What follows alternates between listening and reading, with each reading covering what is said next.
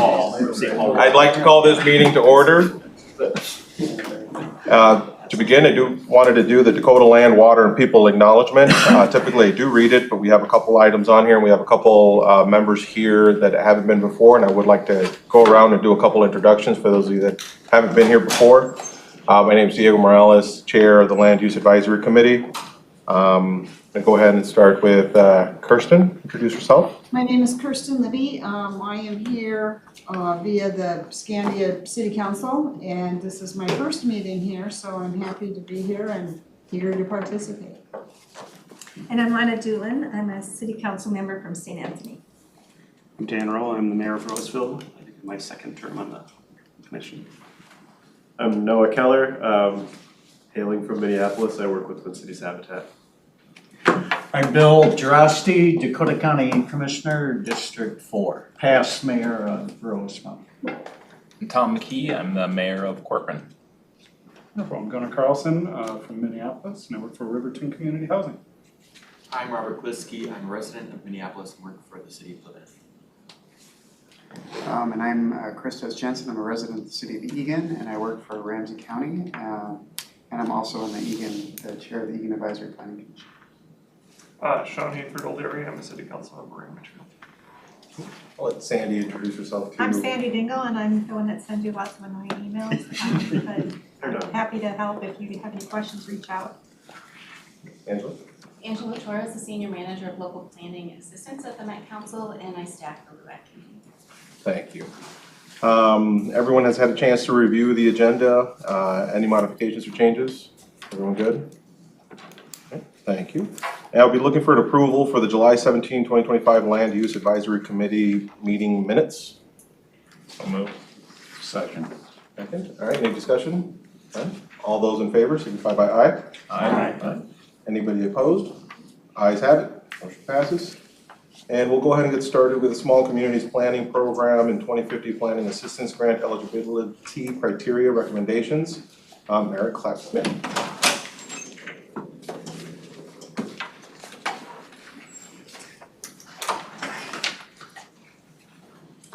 Hello, can you hear me okay? Hi, I'm Merritt Clapp-Smith. I'm a senior planner on the local planning assistance team. I'm happy to be here today. Again, before you, talking about our small communities planning program and the 2050 planning assistance grant.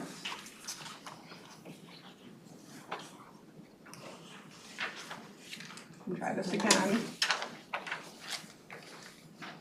Here. All right, perfect.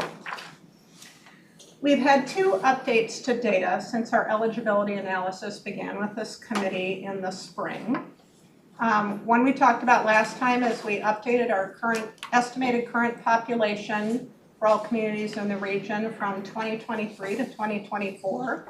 All communities were given an opportunity to provide input, and then the final numbers were approved by the council this summer. And then since our last meeting, you'll remember at that time I talked about how we were anticipating updating the data around net tax capacity for communities. That is now complete. I want to explain what that new data represents. So what we were utilizing before, the data available from the Minnesota Department of Revenue, was 2024 net tax capacity, which we then calculate per capita based on current population. And those numbers are the numbers submitted to the Minnesota Department of Revenue based on the community's assessed values for their different land uses.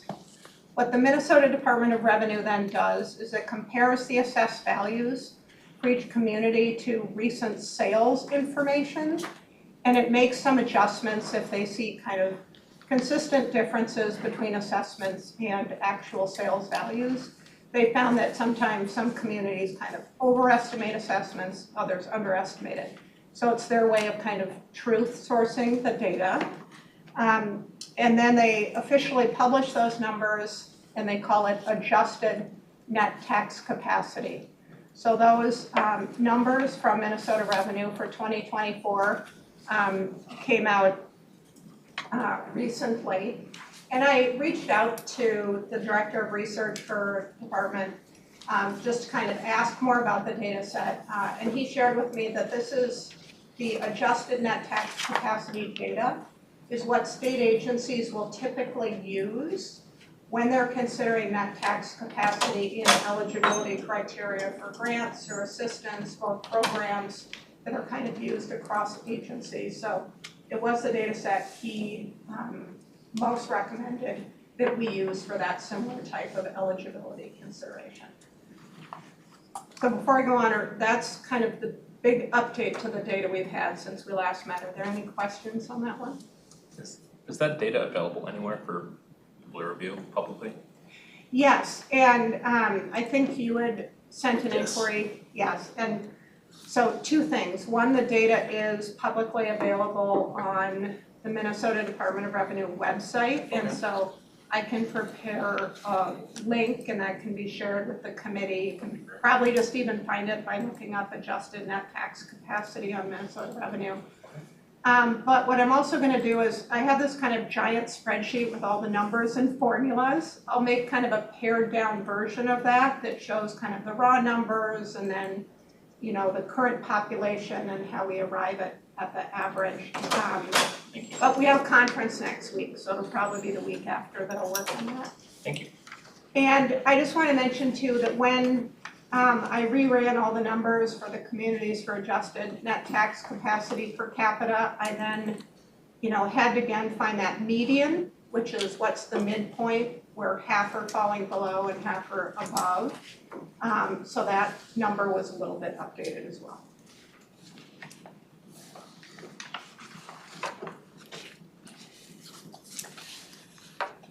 All right.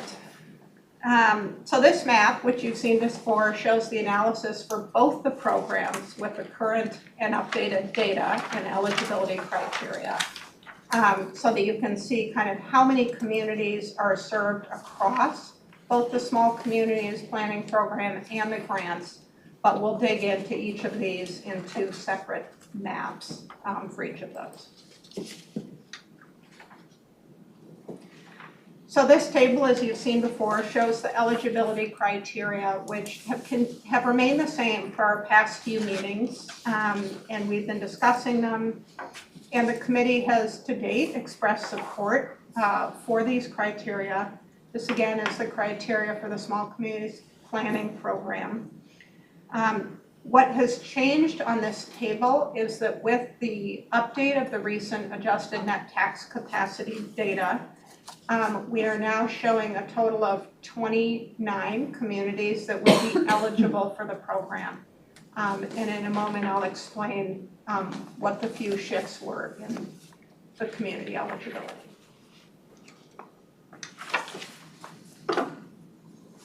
So here's the map of potentially eligible communities as it stands today with the data updates. One community was added to the eligibility list after this analysis, and that was Lilydale. And 4 communities ended up dropping out of eligibility because their adjusted net tax capacity per capita is now a little bit above the thresholds that we were looking for. And those 4 communities that have dropped off the eligibility list are Marine on St. Croix, St. Mary's Point, Greenvale Township, and Douglas Township.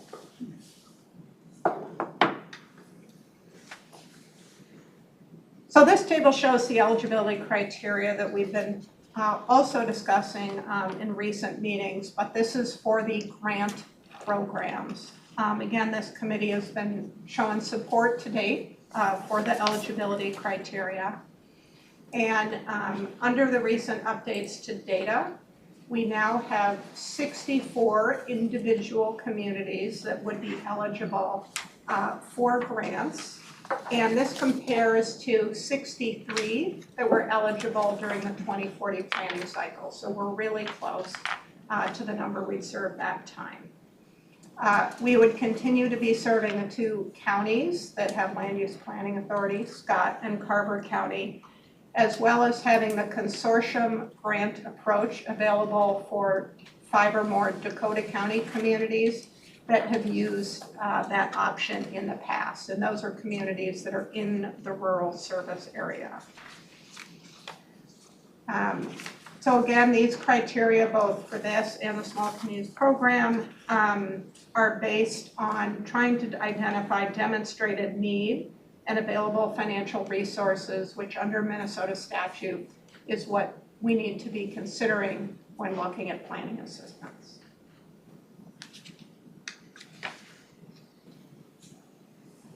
Oh, I wanna, just make one thing clear.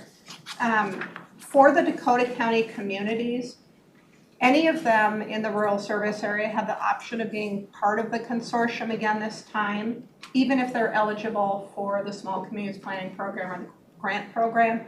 However, if they choose to participate in the consortium, then they cannot participate in the Small Communities Planning Program or receive a grant.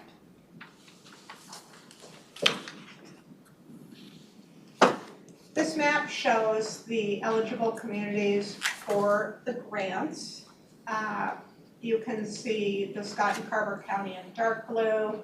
We have the communities that are between 2,500 and just under 15,000 current population shown in yellow, and the eligible communities between 15,000 and 35,000 population shown in green, as well as the potential communities that would be eligible for the consortium should they choose to participate.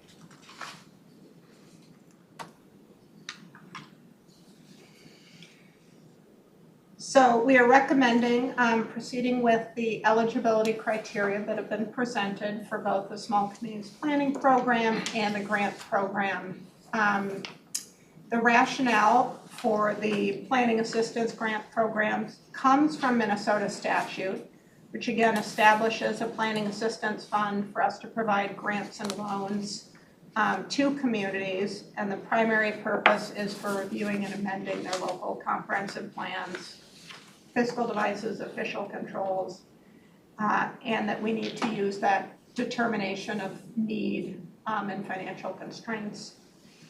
Under the Small Communities Planning Program, Minnesota statute authorizes Met Council to enter into contracts or other arrangements with local government units to provide services to assist with comprehensive planning.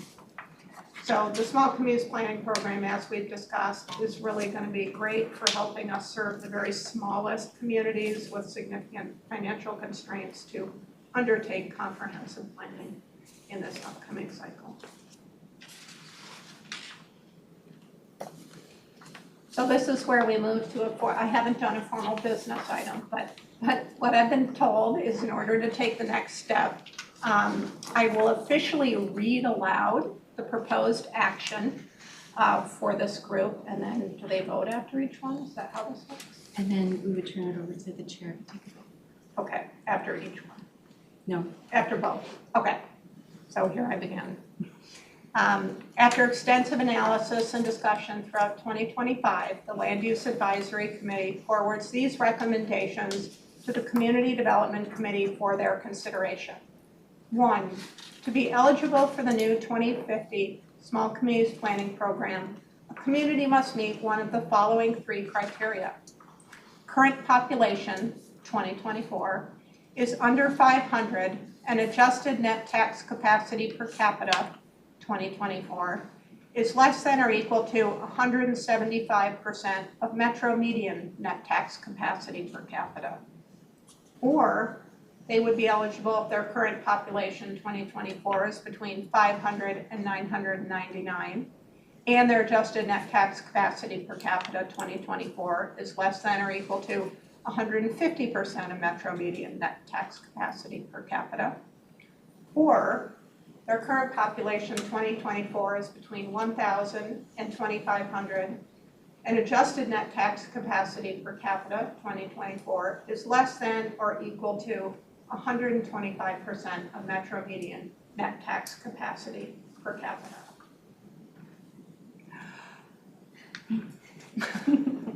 Right, next.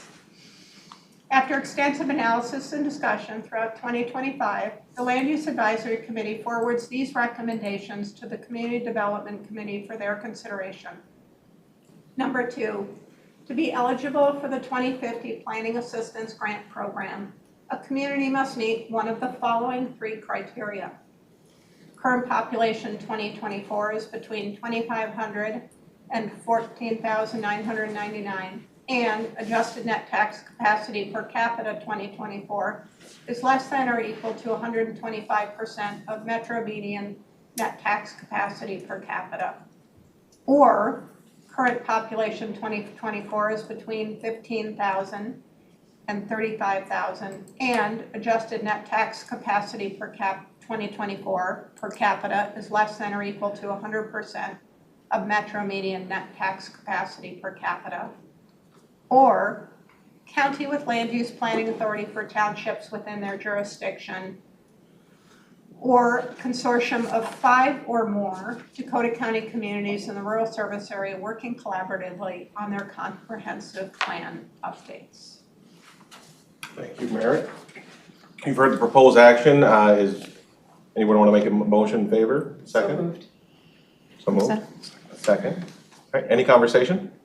Discussion? So who was the second? You were, I was. Bill was the second, motion, Heather was yeah. first. Any discussion?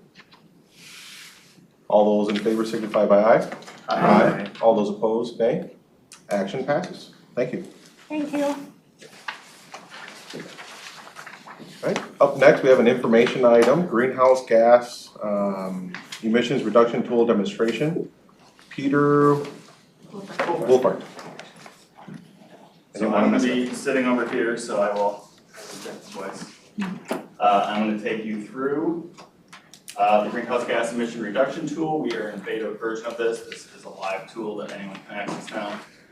It's accessible through our local planning handbook, so I'll start here just to kind of give you a sense of where to look for it if you want to play around with it for your own community. So under required plan elements, if you scroll down to climate, you can first get a little understanding of the scroll wheel to work. Old mouse. So there's some information here on climate mitigation and adaptation in the region.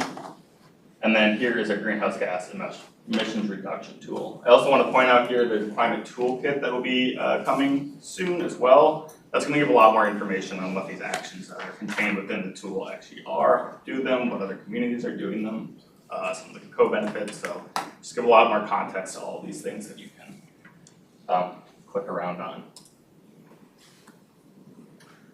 So it will load slowly.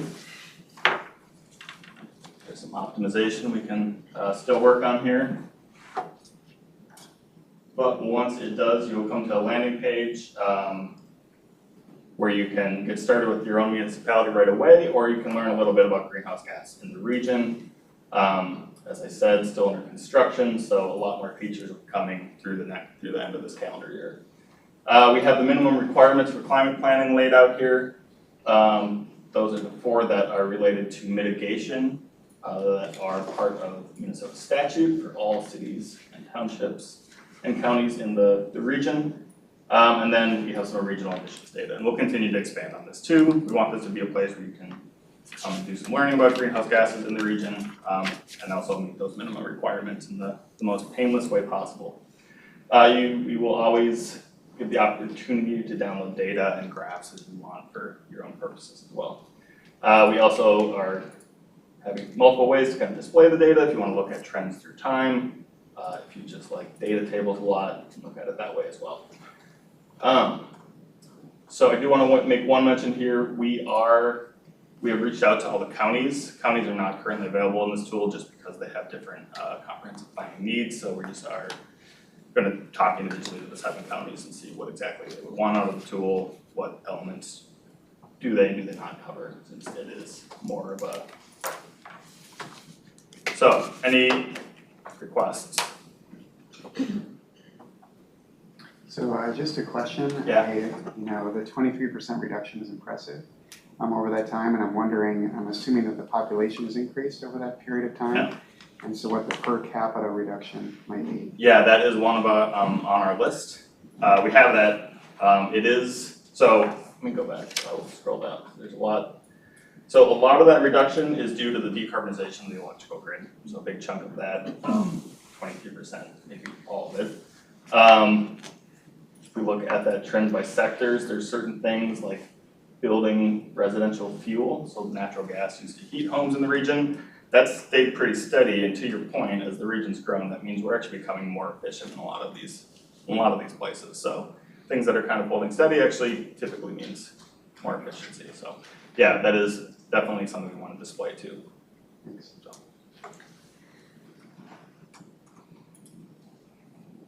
Go ahead. I'm just curious, so first of all, how are these, what do the estimates come from? And I just to clarify with transportation, I assume that's like cars passing through the city, not necessarily trips attributable to the residents? Yeah, so sector by sector, it's a different answer. Okay. A lot of it's federal data, state data, sometimes there's some Met Council data, so population and housing estimates. A lot of the forecast work which we're doing that will show next is from Met Council, and then it's modeling we're doing of understanding of emissions here. We are gonna add a detailed methodology page to this as well, so you can go sector by sector, but yeah, I'm happy to delve into more of that. So transportation, is that vehicles pass, it's just like the total counts, Yeah, including like freeways that will pass through the city? Yeah, exactly. So transportation is we have a dedicated transportation data scientist. It's my weakest area, but good faith in the data. But yes, it is from the TAZ, so it's pass-through emissions. So someone who starts outside the region, drives through the region, Still is gonna be affects adding each of to those each cities. one of those. Yep. So cities that have highways tend to have higher emissions there too, for a freeway going through them are gonna, that's gonna be represented there as well. In this regional graph, it also includes aviation from the regions, but the city and township level. We're not attributing or dispersing that in any way. Go ahead, Lana. I have several questions for you. Okay. Do you get your energy source data from Excel and SharePoint? Are you taking in all of that? Yeah, so we have a lot of utility data in here. There are a few utilities that have not provided data. Well, I guess all the utilities have requirements to the state to report at the county level. So once we get down to the city and township level, we have kind of some utility specific data to the cities and townships as much as possible, and where we don't, we've just modeled it based on what we understand from that other sourcing data. Go ahead. I have more. So THL is a company that used to model data, and they have actually really good data, and I've used that data prior to being on council to really push our council to look and understand. THL. DHL. DHL, okay. How much scenario-based modeling do you do, or is it really just, because one of the tools they gave us was, if you choose not to engage in a climate action plan, this is the level you're gonna get to, and that's it. They really helped us understand how much of our reduction came from Excel's cleaning up the grid versus our city's actual action.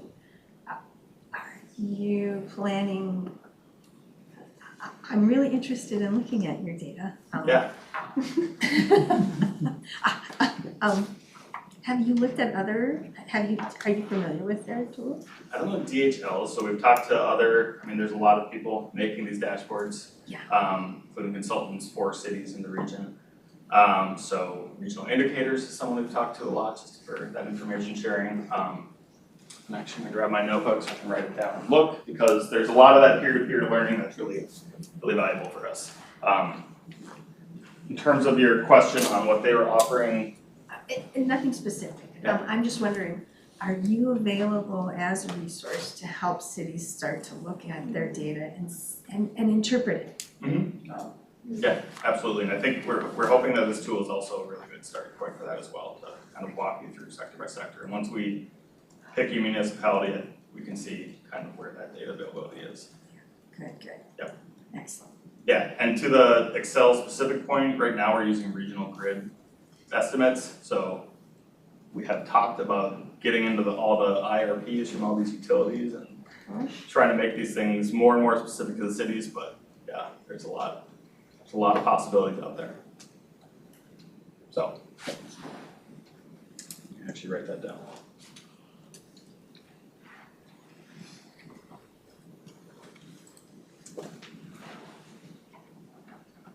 Okay, so no one wants to request there. We should have put St. Anthony up the trees. Okay.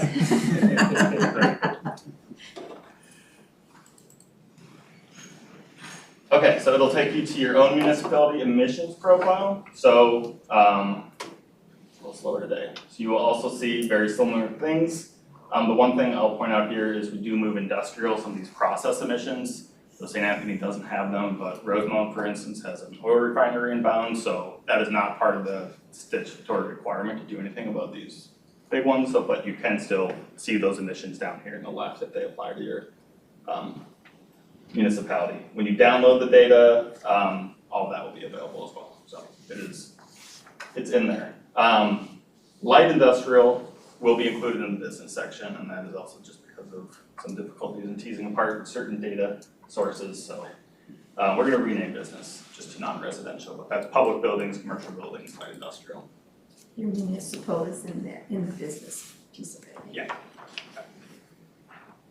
It's very similar, you can look at different aspects of this, and then you can already satisfy minimum requirement number 2 just by downloading this graph, putting in your comprehensive plan. So that is just to put your most recent inventory.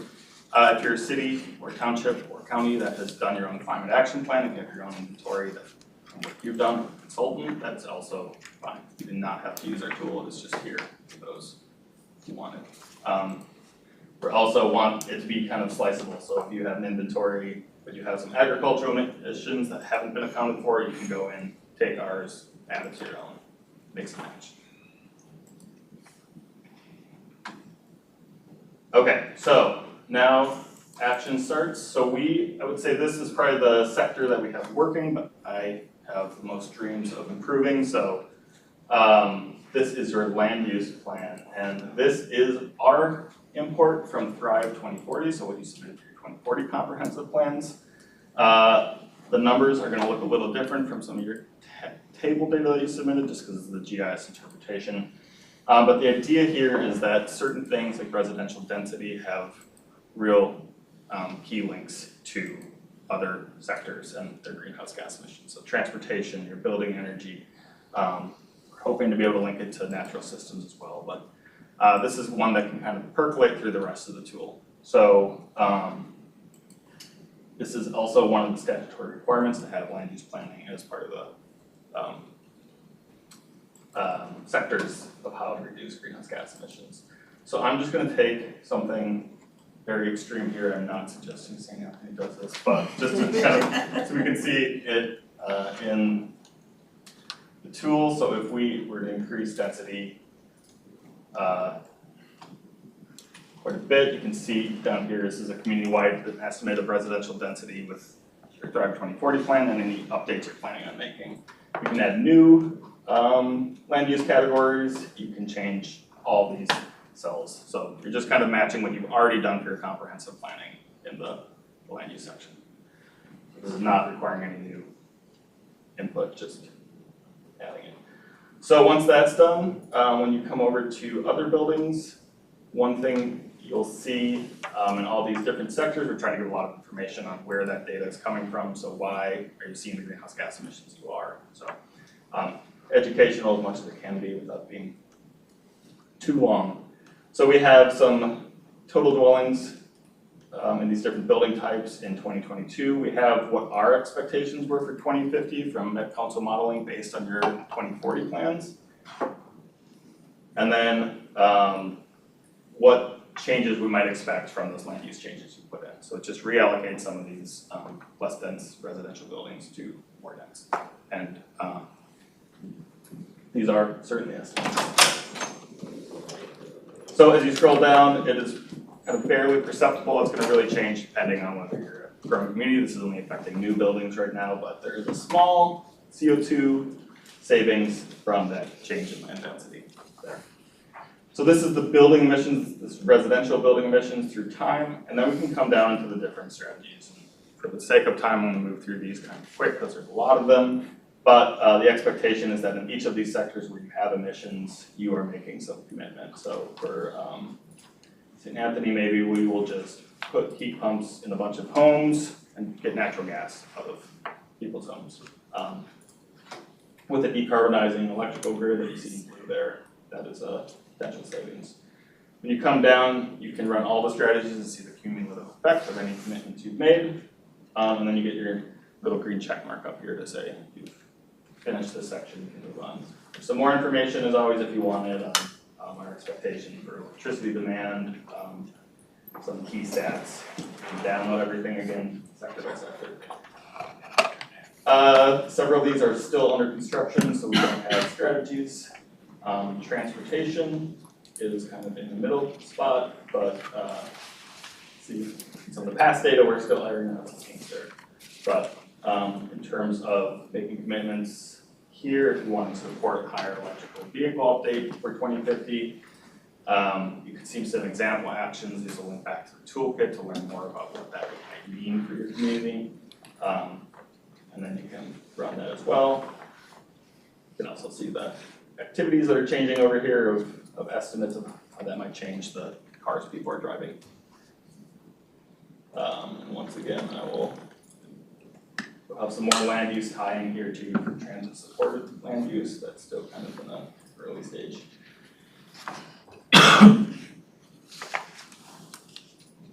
So agriculture emissions in St. Anthony. Natural systems. This is an optional one. This is not in statute, but for anyone who's looking to increase greenery in your area, whether it's trees in more developed areas or restoring forests or wetlands, this is a place where you can see what that would do for the possible carbon sequestration. That one's pretty close. I hope to roll that out soon.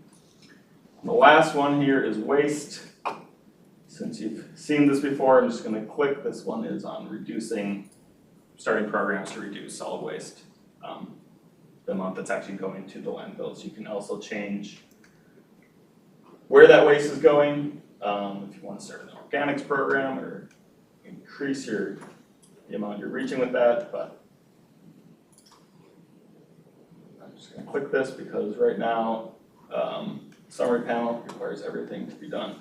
So at the end you'll get to the kind of endpoint. This will be the final step. We'll have a downloadable report. Again, our goal is to make the minimum requirement portion of this as facilitated as possible. So once you click through there, if you've gotten to this point, if you're able to download the report, you can take that report, move into your comprehensive plan. So it can be more than that for anyone who really wants to dive in. There's a lot of different options and opportunities here, but you can also do this and move on to if that is your prerogative. And then I want to highlight that we also have a spot to provide feedback here. So if you want to play around with this, parts that are confusing, bugs you find, features you'd like to see, that sort of stuff, that'd be really helpful. And we're going to do some more targeted user testing too in the fall. Pretty soon too. So this will be rolled out in its final version in early 2026. You're ready to go.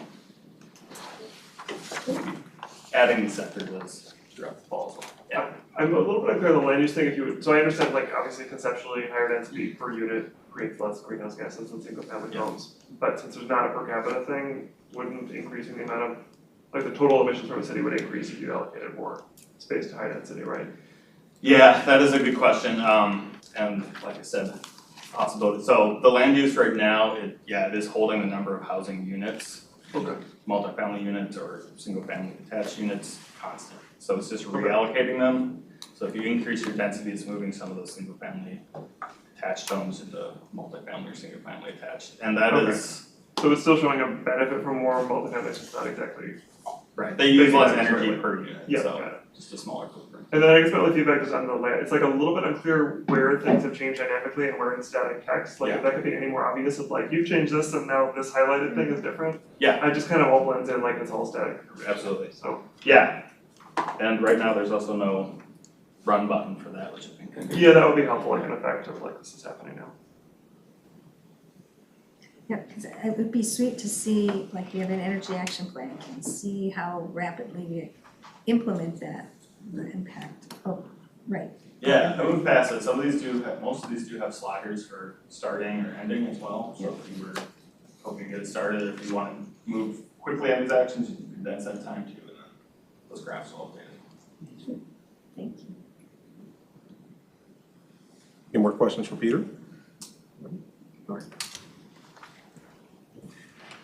If I may, since we're looking at 2050, how are you incorporating Hennepin County closing the HERC and getting rid of all trash for all communities somewhere without knowing where? Yeah, well, we're not. We could be. Just the environmental, road trucking, landfill, Dakota County, more or less is landfill for the whole metro and capping. So the waste is such a high component, and yet it's so efficient today. 350 of the 700 million tons is burned. So that's hard when you're doing comp guide plans out to 50 without knowing that element. Yeah, we do have incineration that's coming from the MPCA score data, which is county by county. We could decrease that if we talk to them if they think that MPCA has done some more modeling there, so we could get in touch with them and yeah, I mean, that is an object we can change in the future, so kind of show the change in allocation of those planned closure date. Yeah, I think there are some other bigger point sources too, things like data centers coming into the area are gonna have really tangible effects on these things too, but we're not modeling those. I mean, that would be another point, but hard to do because of the energy use is not always clear, but these are things, yeah, that's a good one to consider and think about.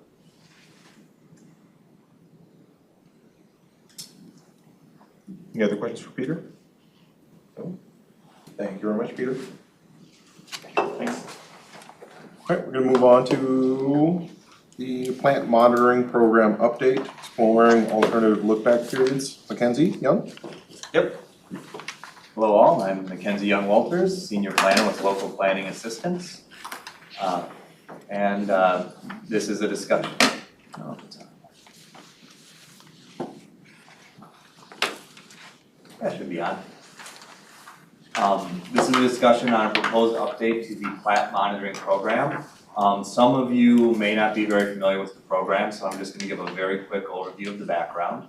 This is a program that started in 2001. We had 12 pilot communities, and it's a program where communities report their new sewered residential development to us. So they give us information on all the residential plats they approved in the previous year. They let us know the housing mixture of units, so which ones are multifamily, which ones are single family. They give us a breakdown of how much acreage of that plat is being used for the residential lots, how much is like principal arterial right-of-way, wetlands, open spaces, parks, things of that nature. From this information, the Met Council can monitor development trends. It lets us get a feel for how communities are implementing council policy as they actually develop and implement their comprehensive plan. It lets us do assessments of the availability of land supply. And it's been a pretty successful program and generated lots of data.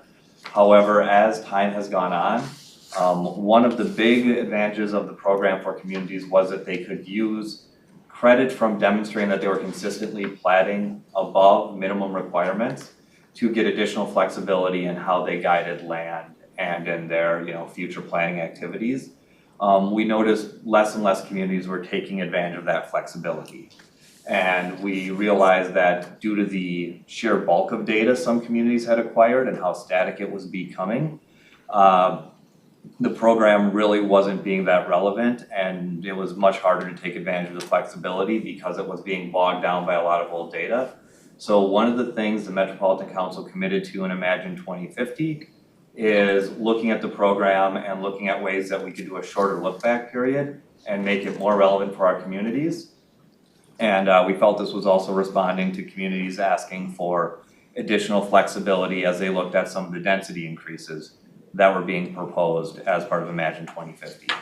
So that's a really quick overview of the program. Right here you can see a map I made of the participating communities. They're the ones in hash marks. I use the Imagine 2050 designations. You'll see the vast majority of the communities are in the suburban edge, We have 5 communities that'll be classified as suburban under Imagine. And we also have some rural centers that are involved when they're part of our long-term service area. So these are all, as you can see, communities on the developing edge of the region. It's not our fully developed communities. These are communities that are engaging in, by and large, greenfield development. As we began to discuss changes to the program, we thought it'd be, there was one more thing I wanted to mention about that. We have 45 communities involved in this, from that initial group of 12. So it's expanded quite a bit. A lot of the communities joined between, say, 2007 and 2009, often as conditions for comprehensive plan amendments or comprehensive plan updates. And that'll be relevant later in the conversation, which is why I circled back to it. When we began looking about this program, because communities are interested in the flexibility and in some cases rely on it for meeting their consistency with council policy, we wanted to make sure that we were consulting with the communities on any proposed changes. So in April, we convened a focus group. We invited all 45 communities to participate. We had these communities, I believe it was 11, that agreed to participate. So about 25% of the communities took part in a focus group where we ran through this information, what we were looking to do, some of the ideas we had, which we'll be getting into later, and we incorporated their feedback into the recommendations and ideas that you're going to be hearing today. But I did just want to show you, we got really good geographic representation. We didn't have anyone who was designated as a suburban community under Thrive, but Plymouth will be a suburban community under Imagine, so we did manage to check all the boxes for the community designations. So one of the things we did as we analyzed the program is the main goal was to look at what would happen to the program data if we changed the look back period, so how far back we went. Currently under the program, we have communities that have data that goes back to the year 2000. That's the first year stuff was brought into the program. So, we have 24 years of data for those communities now. So we created 5 look back scenarios. One was a 2004 scenario where we use a 20-year rolling data set. So we just cut off the first 4 years of program data. This one was investigated at the request of the focus group. They wanted to see what a longer time horizon would do. We also did a 2010 scenario with the idea of doing the previous decade plus the current decade. We ran a 2014 scenario, which is the idea of a 10-year rolling land data set. So just looking at the last decade's data. And we did a 2019 scenario with the idea that this roughly, and there's some assumptions built into that statement, but roughly aligns with when communities began implementing Thrive 2040. So their most recent comprehensive planning cycle. And then we also looked at a scenario where we only looked at the last 10 plats communities had reported.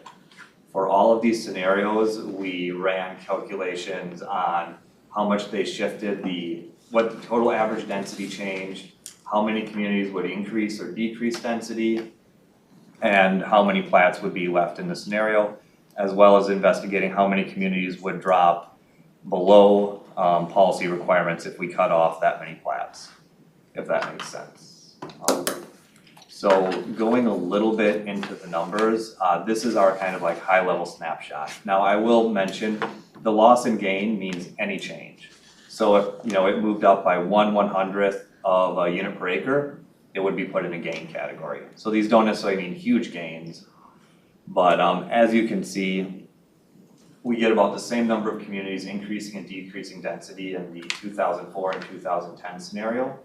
We start to see significantly more benefit for communities in the 2014, 2019, and last 10 plat scenario. But we do have a caveat that our data set begins to shrink pretty rapidly once we move to the 2019 scenario. With our current 25 years of data, we have 12 communities that have reported less than 10 plats. Most of those are our rural centers. They just have a lot less development activity. 9 of the 12 are within that community designation. But we see that spike up to 20, which is about 45% of our participants in the 2019 scenario. Just because when we drop to 4 years of data, we have a lot of communities that are only doing a couple plats a year. And that creates a really spiky data set where one plat really shifts their numbers around. This is a breakdown of number of communities that in the different scenarios have a recorded plat history that falls below the Thrive 2040 guideline for their community. I guess one caveat is the plat monitoring program is never used to penalize communities. So a community is they're still consistent with council policy if they're guiding future land above Thrive 2040, even if their actual platting is below. So it can only be used to help them. So don't get alarmed that we have 13 communities that are, not consistent. That's not the case.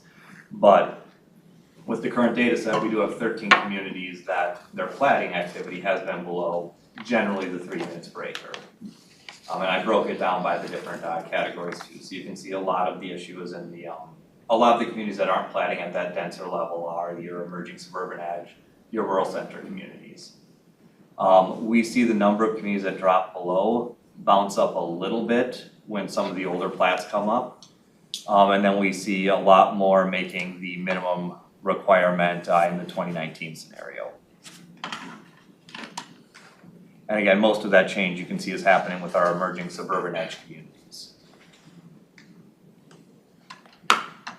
This is then, I ran those same numbers for Imagine 2050 community designations to see how this would impact communities as they looked at using plat monitoring for flexibility in their 2050 plans.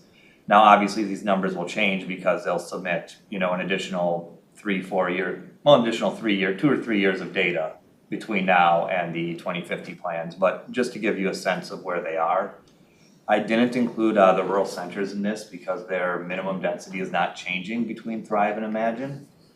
But not surprisingly, we see stuff bounce up because density requirements are increasing, and under their current plans, they've been platting at either 3 or 5 units an acre, and now especially suburban is being asked to do 7 units an acre.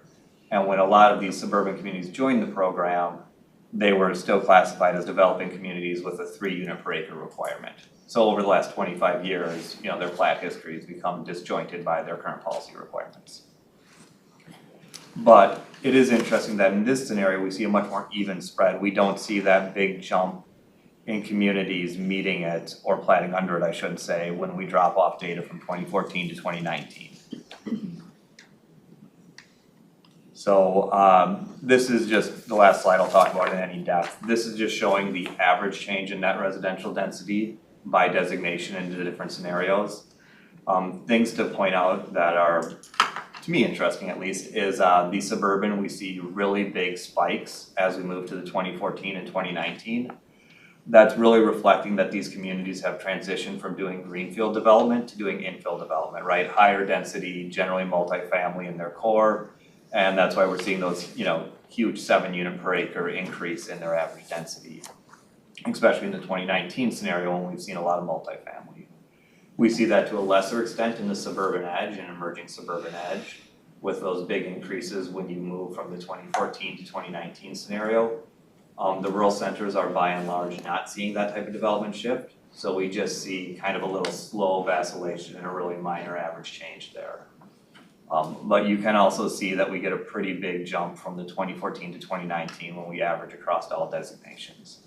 And that just represents that we've had such a spike in multifamily that the 2019 scenario is really skewed high. This slide is kind of interesting again because you see that the median change is non-existent for 3 of our community designations and 3 of those. Largely that reflects when communities join the program and the fact that we have some that just don't have a lot of platting activity, so stuff wasn't dropping off. But looking at all of those charts when we were trying to decide which scenario best met our goals, is we were looking to figure out the 2 main goals of the program are giving the Metropolitan Council high quality information and data about how things are developing, and then also being able to give cities credit for demonstrated good work they're doing, continually developing above the minimum. And we wanted to find a way to make sure that our data set had a good amount of integrity, that we had a deep enough data set that we weren't seeing huge swings and variations year to year, that we could confidently make determinations about trends that we were seeing. And again, still have it be small enough that it would respond to changes in how cities were developing under new comp plans, and that it would be relevant to their planning process and that they'd be able to use the flexibility credit. Mr. Chair, Mm-hmm. may I ask, Mhm. just to get some clarity about what this platting means and what credit means? Mhm. I'm just not familiar with it, so can you provide just like an overview about what, I understand what you're trying to do is to increase that density too, but also like what does a credit mean, or what would that entail? Yep, so cities can demonstrate that they're meeting Met Council policy, generally for most cities one way. When they do with their future land use plan, they identify how many acres in their community they're planning to have developed and accommodate forecasted growth in the next planning cycle. For Imagine 2050, it'll be a 10-year cycle. And when we determine the net average density of the community, we use the minimum density they assign for each land use. So if we'll make up a town in McKenzieville has, a land use category of 2 to 5 units an acre, we would use the 2 to calculate the minimum net density they have for that portion of the community. And then usually communities will average that out. They'll have, like 2 to 5 unit an acre zones, say a 10 to 12 unit an acre zone, and they'll average that out to get to, we'll say 3.5 units an acre for a suburban edge community. What plat monitoring lets them do is instead of taking that 2, they can say over the last 25 years, we can show you that whenever we've recorded a subdivision, the actual density hasn't been 2, it's been 2.7. And then we add that math into that first table, and that gives them more flexibility because they're not being held as if they're always doing the lowest possible, because they've proven to us, that they are consistently platting above that expectation. And that gives them some flexibility. Did that help at all, or was that? The credit piece, That that they're meeting that goal, right? Like, that's what you mean by the credit, giving them credit. The credit is us being able to give them credit for the fact that they've demonstrated that they're not doing the minimum, that they're going over the minimum of the density range. Okay. So we always, to protect regional systems, are very conservative and take the lowest possible that things could develop. This gives them a chance to say, no, we are consistently doing more than the lowest possible, and that should be recognized in our plan. Okay, great. I just wanted to clarify that Yep. it was any sort of fee that you're imposing on them. No, Okay. it's a bonus. Okay. Flexibility might be a better word. Okay. I was just gonna say that so that if they brought forward a development that was below what they had been trending at, they don't have to, they can't be said, you can't do that because it's too low of a density or something like that. Yep, yeah, exactly. It gives them, a lot of times it comes up in comp plan amendments, they had an area, say guided medium density, development came in, they see it as low, and maybe it would have pushed the comp plan below, but with plat monitoring, we look at it and we're like, oh, the math works, you're still above based on your past planning record. Go ahead, Bill. If I may, thank you. I think a couple of months ago, someone was at the table here and indicated as far as the definition for net housing, stormwater catch basins and wetlands, is it clear what definition is when you come up with density? For the plat monitoring program, we have a net residential density fact sheet that lets communities know what they can pull out.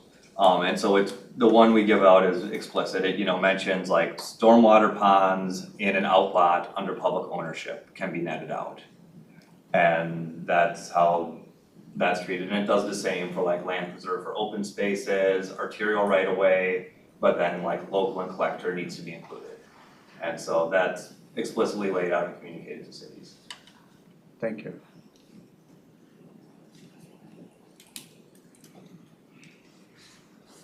Yeah, sorry, I talk very fast and I go through stuff fast.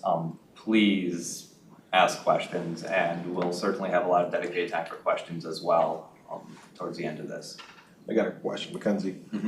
Is there certain cities where the plat monitoring system would actually affect them because they don't have developable land? And if you're looking back 20+ years, their development probably stopped 30 years ago and they don't have any future growth expectations. They're gonna be pretty stagnant where they're at. Yeah, so shooting back to our slide, the only communities that are eligible for the program are ones that are kind of in that developing edge area. So like none of our urban or urban edge communities and most of our established suburban communities are not enrolled in the program. We did feel out communities for some interest and if they'd like to have a similar program for developed communities. And there was not a lot of interest in more data reporting. Thank you. Yep. Not surprising. Go ahead, Lana. So can I ask, what's the value of being a plat monitoring city? Is it just that you're giving them additional assistance in understanding how their growth projection meets our needs and requirements? The main value is the flexibility. As a lot of these communities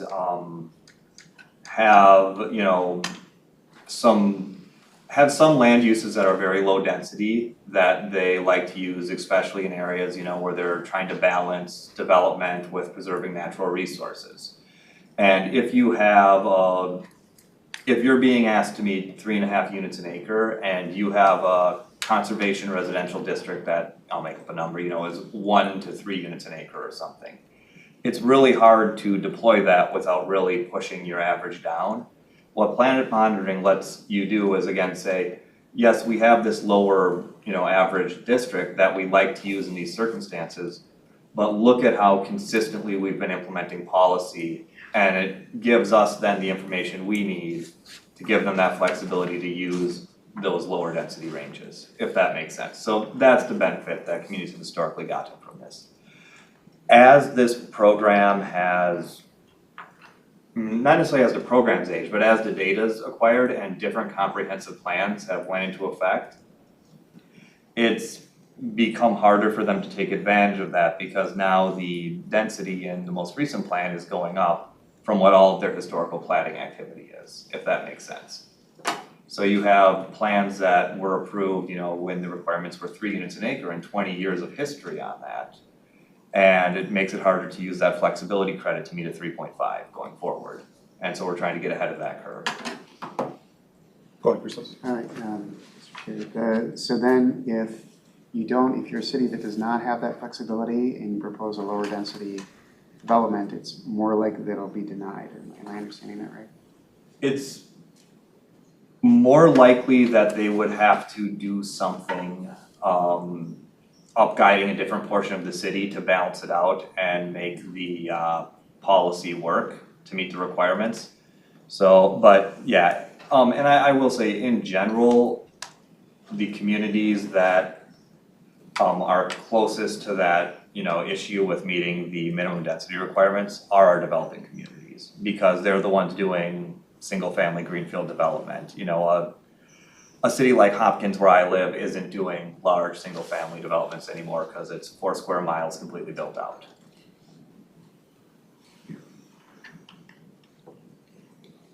But that's why we did explore the idea of creating a similar program for these developed communities.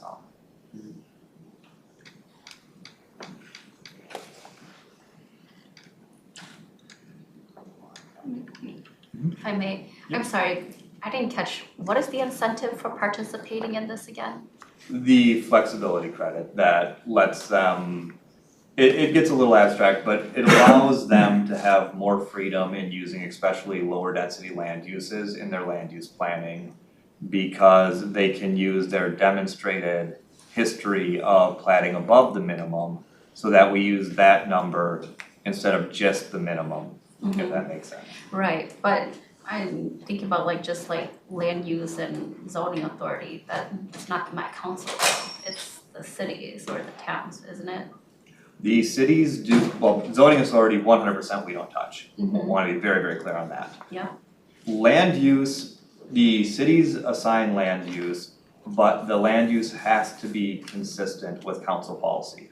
So when I talk about the council's approved, the minimum density of 3.5 units per acre for the suburban edge communities, The land use that they propose in their comp plan has to meet that. Got it. This gives them flexibility in what land uses they use to meet that requirement. Okay.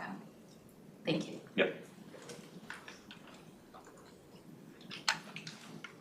So if I may, so the way that the Met Council determines that cities are meeting those requirements is to look at the minimum in each of the different designations, because we can't assume that cities are doing more than the minimum, and that's how that calculation is done. So if you actually know what cities are doing that's above that, then the cities get that credit, essentially.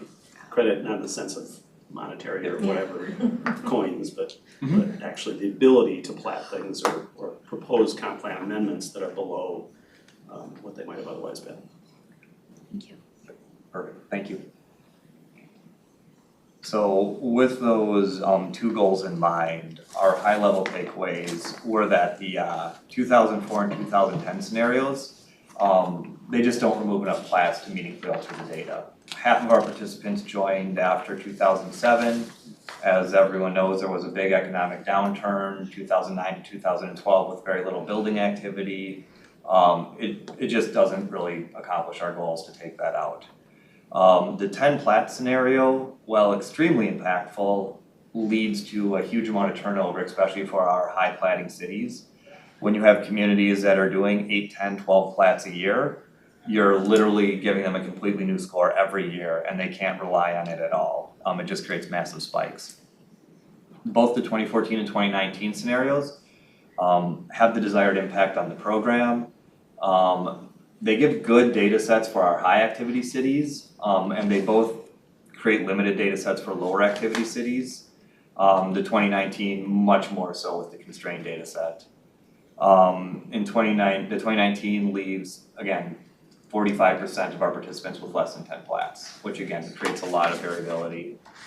We also wanted to consider how the scenario would look in 5, 10, 20 years in the future, which is one of the reasons why our recommendation is the 2014 scenario, with an addition that communities that have less than 10 plats would get to use the last 10 plats they've done, just to assure a minimum data set. That came a lot from conversations we have with the focus group. The rural centers and the lower platting communities were really concerned that any shortening of it would leave them in a position where they had either no plats on record or 3 or 4 plats on record. So this is a way to make sure that they have a minimum base data that's consistent, that's not super swingy. What we like about this is about twice as many cities gain density as lose it. It doesn't have a major impact on the ability of cities to be consistent with Metropolitan Council policy, especially when we look at the Thrive 2050 policy. It provides that safeguard for our low platting cities, gives us pretty stable numbers, and it's nice and easy to administer and explain. It's 10 years of data. Every year, new data comes in and the oldest data comes off. And it avoids the big swings that a lot of other data's had when we looked at, gaming it out for 20 years, we'd be dropping 10 years of data at a time sometimes. And 26 of 45 cities with their current platting numbers could use the data for flexibility in 2050 plans, which is pretty impressive when we think about the fact that density is increasing for all of these cities. The cons are that the 2019 scenario does benefit more cities, and that was something, we looked at, but that's one of the goals of the program. It's not the only goal of the program. And we want to make sure we have good data. And it doesn't align nicely with the comprehensive planning cycle, but it's hard to find one that would. So with that, we do have some question prompts. Given what you've heard about the analysis, the program goals, the understanding of the program, do you feel this meets this? Are there things that you feel like we're not looking at that we should? Are there other things you'd like us to consider? Any other questions about the program or the recommendations? And yeah, I'm all ears. I would just like to get some examples of certain cities using either the 2014, the 2019, the 2009, seeing how that actually changes their density for them specifically, just to see how drastically it changes going from one set to the next set.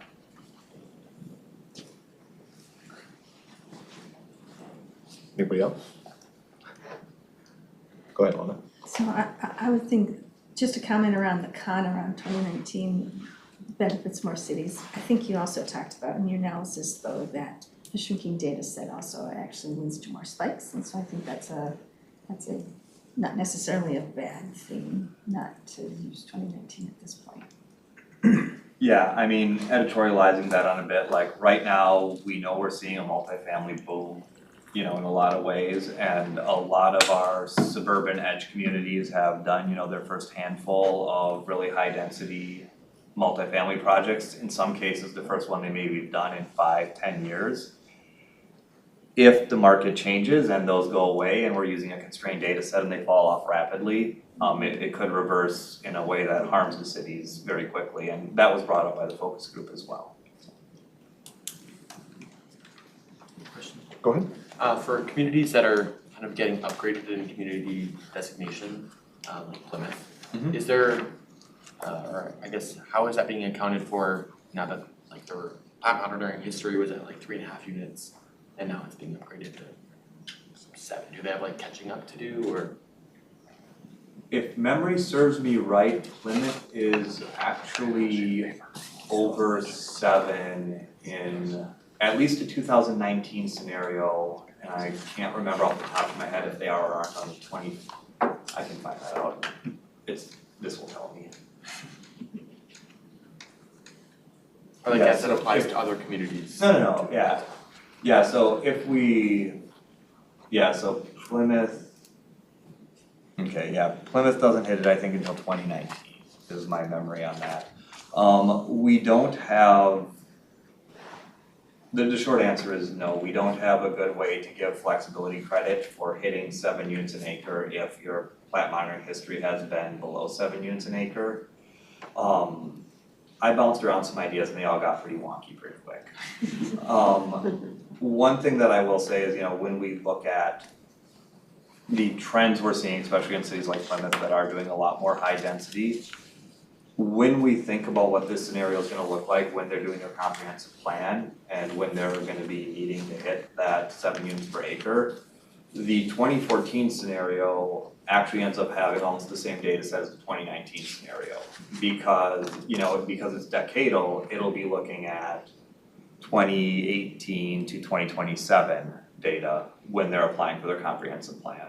So we don't expect there to be much of a, you know, we think that'll bring them up to curve in a lot of cases. Can't prove that, it'll depend on what the market does, right?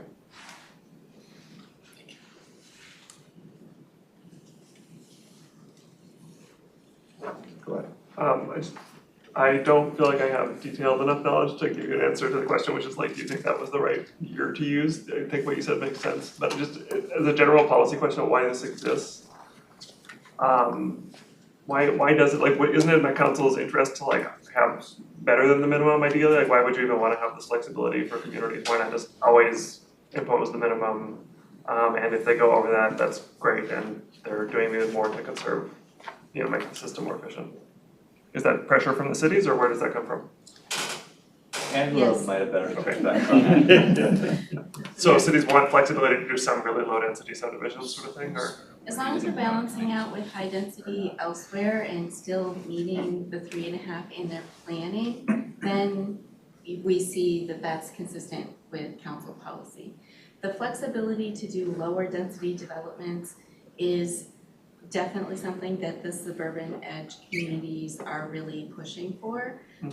We understand that this is the first time that the suburban edge communities have had a density increase in their planning requirements since we started doing the minimum density requirement. It does meet a lot of our regional goals to have communities plan at higher densities. However, we want to be in partnership with local governments. This is just one way where we can offer some of that flexibility. They still have to do all of the planning. This program is for the development, and if the development is showing higher levels of density, then they get to kind of use that as, that's the credit, is like, so we're trying to provide flexibility for the communities that are adapting to a new development pattern probably the most. And trying to kind of be in partnership with communities, listen to their frustrations and their needs, and some of the kind of market trends that are out in that farther kind of reach of the communities. I do agree with you. I like density higher as well. It does serve our region better with our systems as well. Higher density is better for our systems too. And we can provide different kinds of service for higher density communities like transit and other. And so the development pattern really drives the type of services that we can provide as well. Thanks for walking me through that. Anything else for Mackenzie? Go ahead. Just a thought, thinking about former members of this committee that were from those communities and were especially voicing those concerns about the density requirements, especially going up.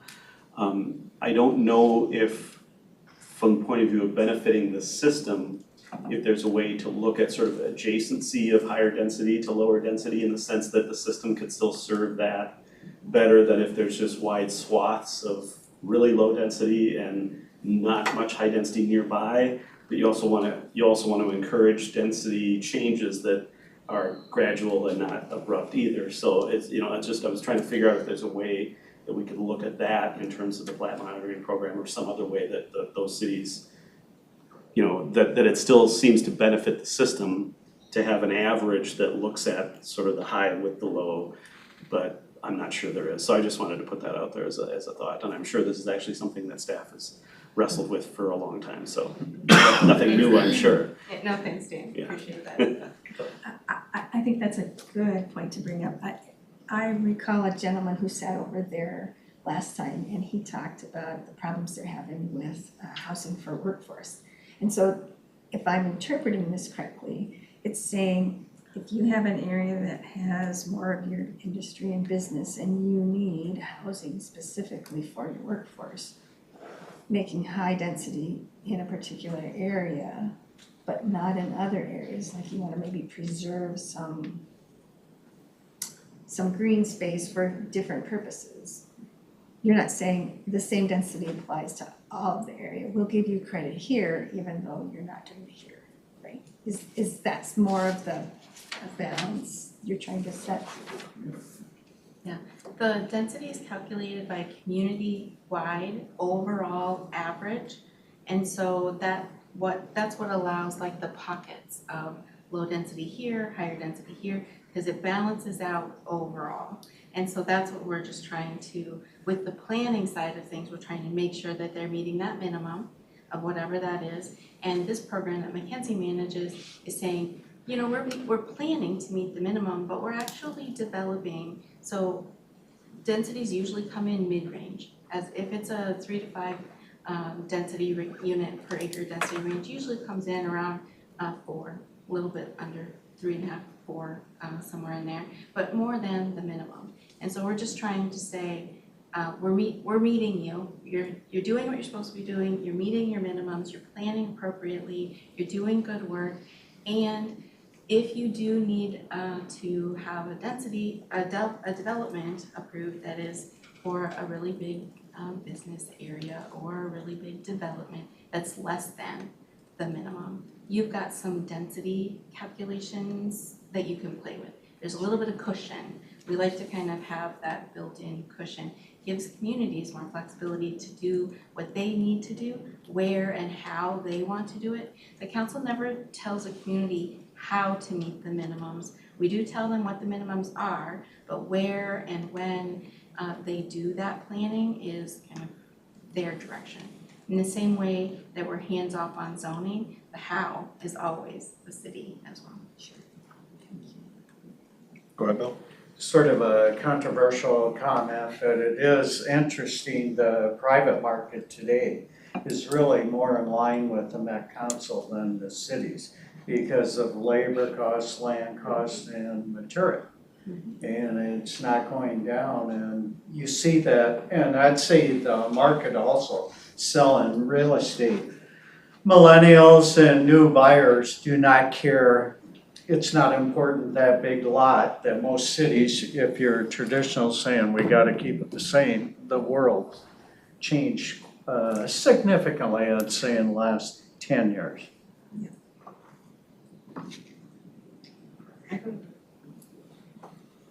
Anything else from Mackenzie? Go I ahead. guess something that might be helpful, but it's probably unanswerable, would be if cities have an idea of, like, if we're trying to decide which one of these models is most beneficial to cities, if there's going to be similar increases to density requirements, like there was 2040 to 2050, if that's anticipated to jump again in 2060, 2070, that might change our answers as to what the, if it's 10 plat or 10-year rolling or whatever is, if you know you have to plan for 3.5 for the next 10 years, but then 4 after that, and 4.5 after that. Or, again, it's probably unanswerable because no one really knows that currently, but. I can't predict what future councils will do. Yep. And I have no guarantees that I will be around for the 2060 plan. That's an awful long way. Well, I will say that is one of the advantages we saw to the 10-year rolling, is that it would, be keeping the data continually updating, and that way, whatever policy changes happen in whatever they call the 2060 plan, communities would have a known data set that was moving at a known rate, and there wouldn't be a radical shift where we dropped off 10 or 20 years of data when that planning cycle hit. That was kind of how we addressed that uncertainty. Go ahead, Chris. And Mr. Chair, just in line with that question, so my understanding it was three, the last two, 2030 goal, 2020 goal, it was 3, and then this is the first one that is up to 3.5? Right. Okay. So there's been some consistency that cities have been using to plan for, and then now this has changed, and so if that continues, of course, that is that long-term planning issue.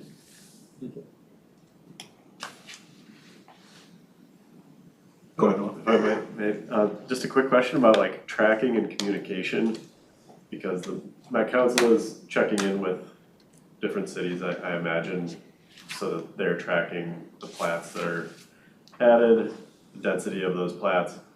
Is the city then or the Met Council communicating out to developers who might not, be in the weeds on how the goals are being met or not met?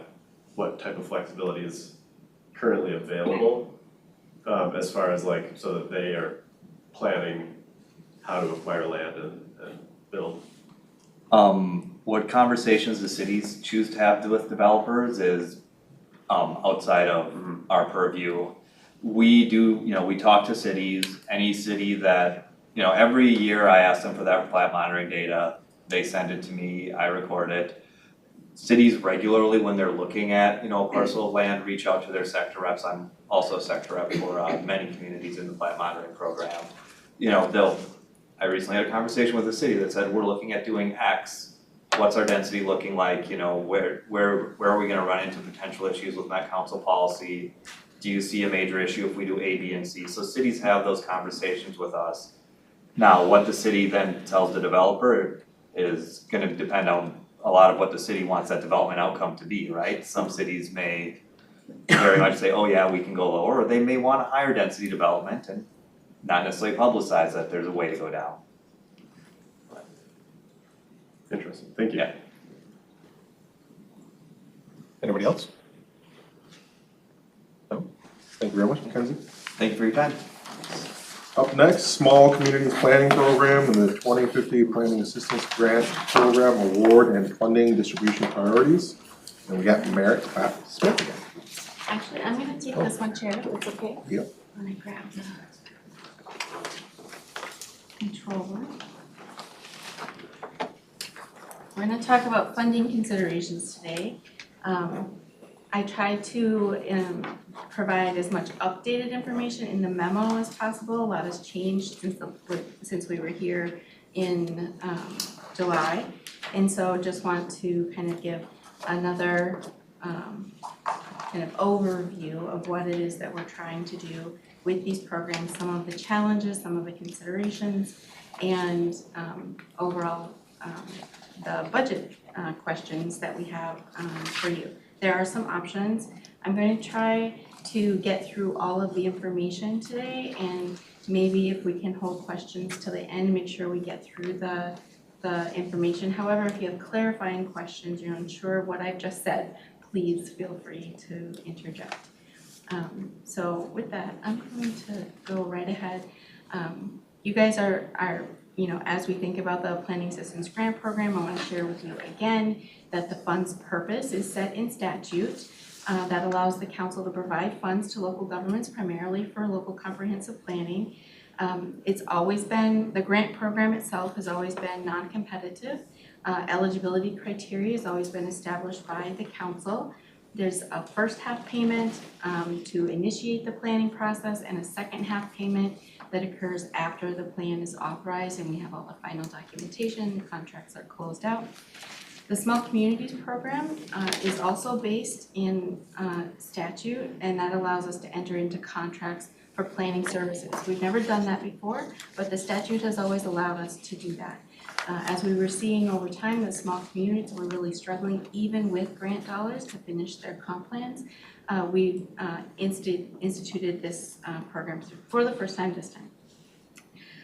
None of the assistance programs are really intended to cover all of the costs for a local government to meet their planning requirements.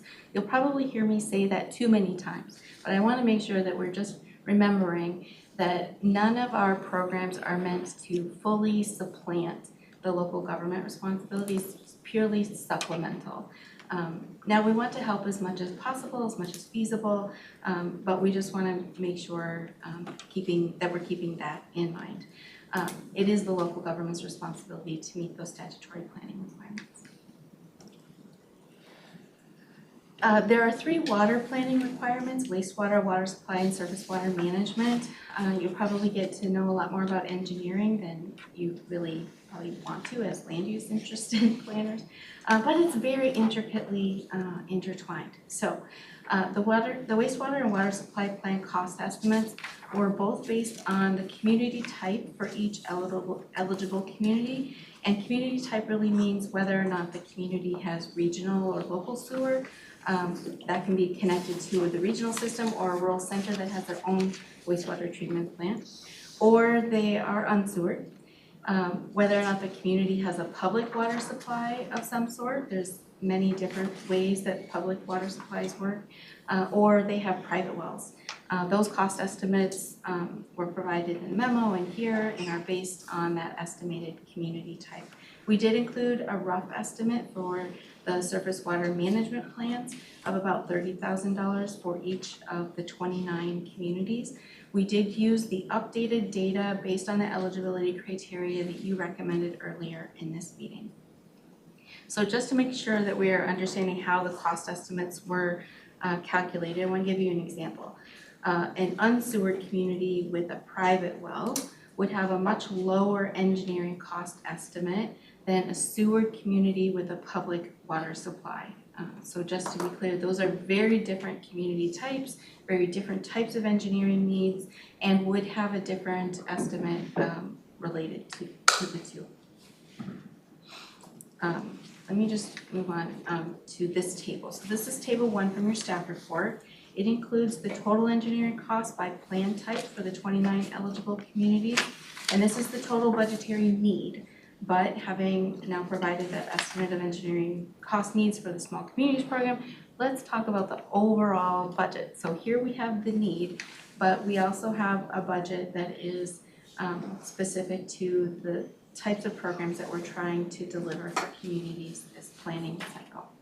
So since the last select meeting, we finalized the available budget for what we have for the Planning System Grant Program, the incentive grants that we talked about the last meeting, and the Small Communities Planning Program engineering costs for their water planning. That budget is $5.64 million. The intention is to expend as close to the allocated budget as possible.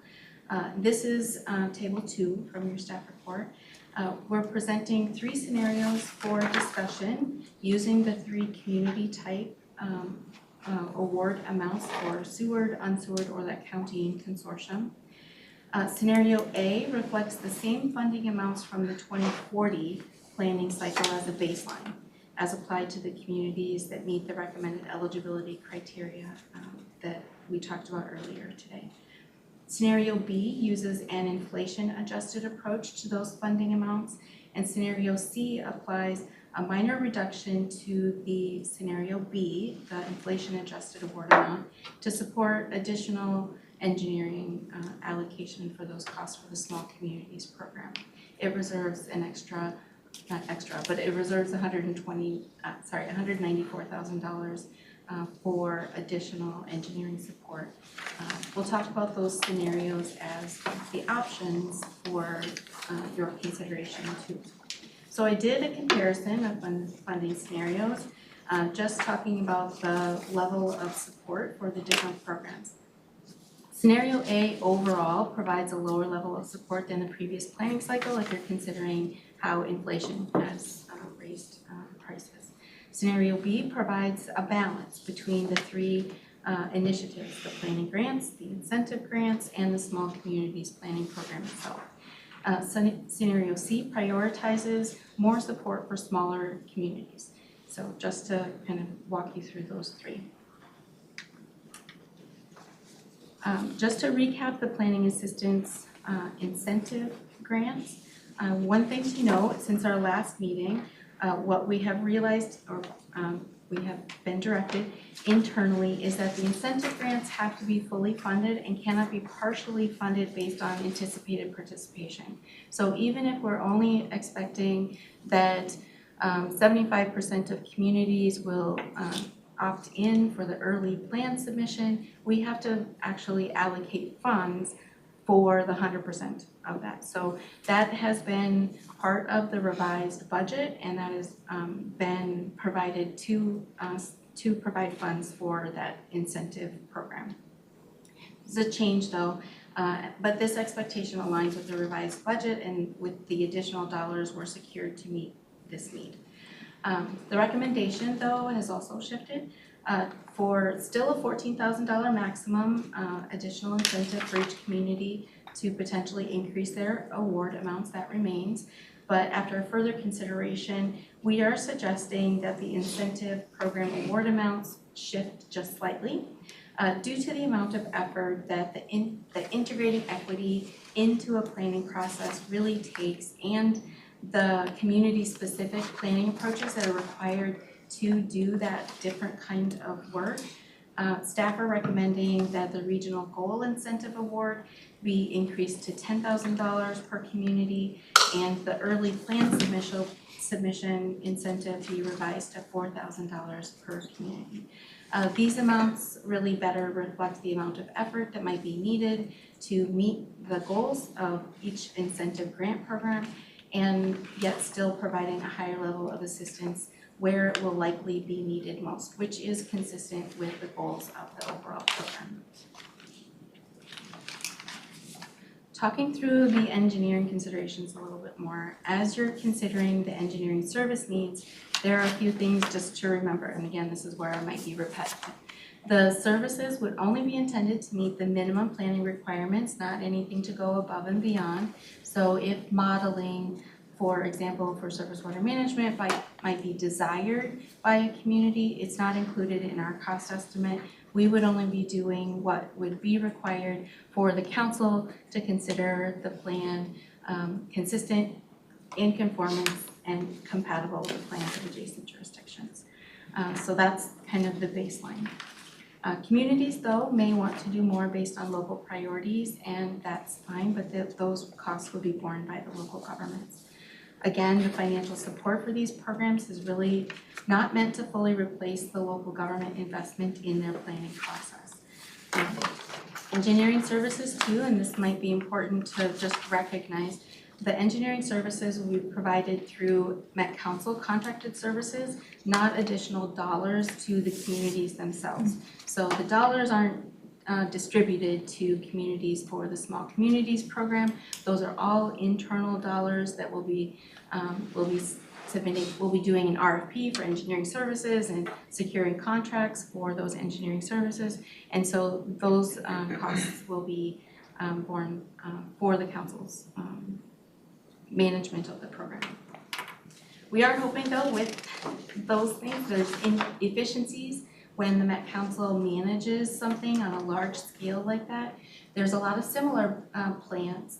There's, for example, maybe 5 to 8 plans that represent communities that are all unsewered, that are all on private wells.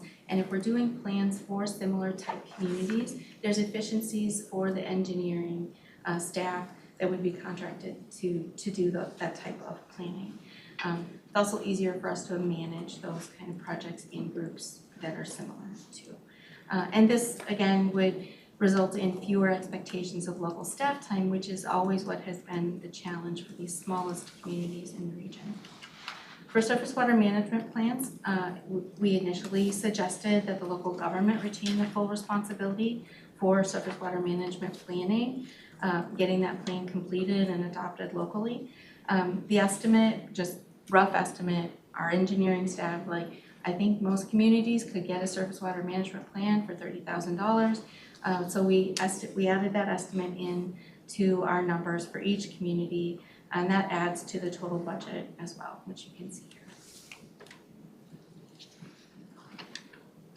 We also talked about different options for how those engineering services might be considered. So looking at the big picture, at the overall budget, considering the overall engineering costs, the question is, to what level of support do you want to provide to the Small Communities Program for engineering services? I've broken down the options shared in the memo into these 3 columns. The first column describes an option for funding the wastewater and water supply plans only. That's what we initially came to the committee with. This allows for support with the revised budget to incorporate that completed local surface water management plan into the comp plan. So we can provide some engineering support to translate that into the comp plan. That approach also allows for some flexibility within the Met Council to manage unanticipated costs for all 29 communities as a pool. But this assumes the Scenario B funding approach. Scenario B, remember, fully funds the grant program at the inflation adjusted level.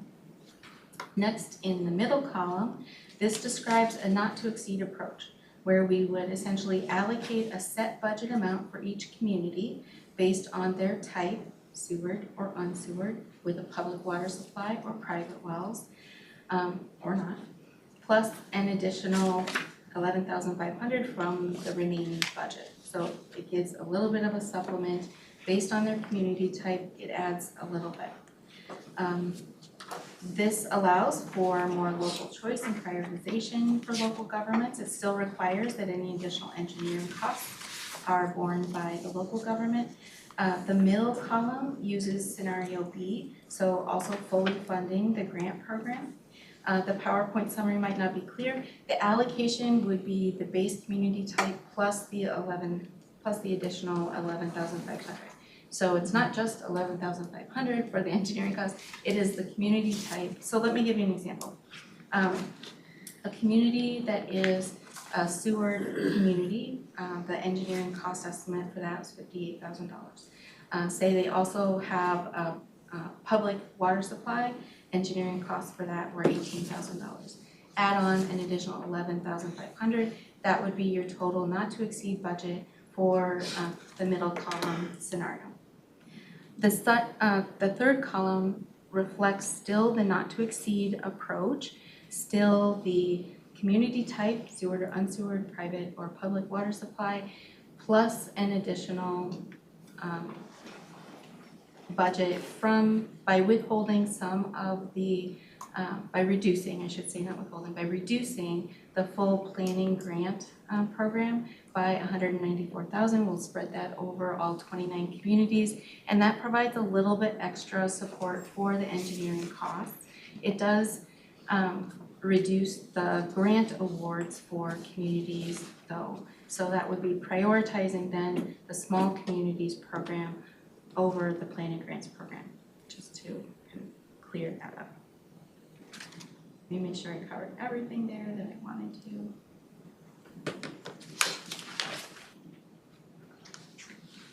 So the range of budget then for communities would be, I think the high end for a community, let me just pull it up, would be, for the middle column, the high end would be 87,500 total budget. The low end for a community type that's unsewered and has private wells would be 22,500.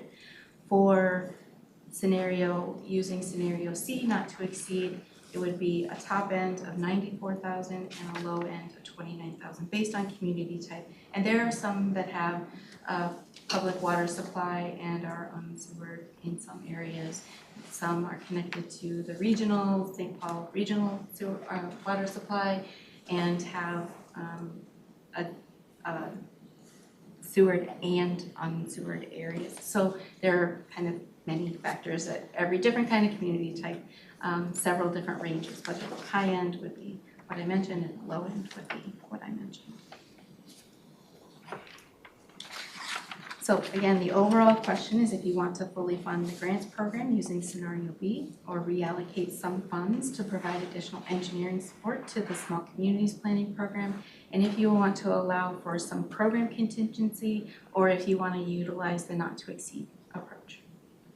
So with that, having gone through all of that, it's a lot of data, a lot of numbers, a lot of budget stuff, let's get into some questions. And if you had any clarifying questions first, let's do that, and then we can get into these prompts for discussion.